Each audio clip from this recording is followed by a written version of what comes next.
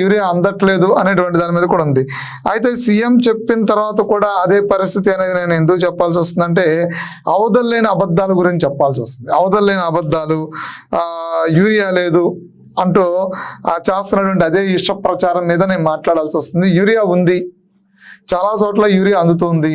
అయితే గతంలో కూడా అంటే యూరియా ఫస్ట్ దఫా వీళ్ళు యూరియా కొట్టే సందర్భంలో కూడా రైతులందరికీ తలా 3-4 కట్టలు కూడా యూరియా అందినట్టు తెలుస్తూ ఉంది. అయితే రెండో ఈడత కొట్టే సందర్భానికి యూరియా కొంత టైట్ అయిందని తెలుస్తుంది. అయితే ప్రభుత్వం మాత్రం ఎప్పటికప్పుడు ఈ పర్పస్ సంఘాల ద్వారా ఇతర రైతుకు అందాల్సినటువంటి మార్గం ఏదైతే ఉందో ఈ గ్రామీణ ప్రాంతాల్లో ఉండేటువంటి ఏదైతే ఉందో దానికి సంబంధించి దాని ద్వారా మాత్రం ఈ రైతు సంఘాల ద్వారా దీని ద్వారా మాత్రం యూరియాని కంటిన్యూ చేసి ఇస్తున్నట్టే తెలుస్తుంది ఎక్కువ శాతం. అయితే యూరియాని ఇస్తున్నప్పుడు కూడా మరి ఎందుకు ఈ విష ప్రచారం అంటే అది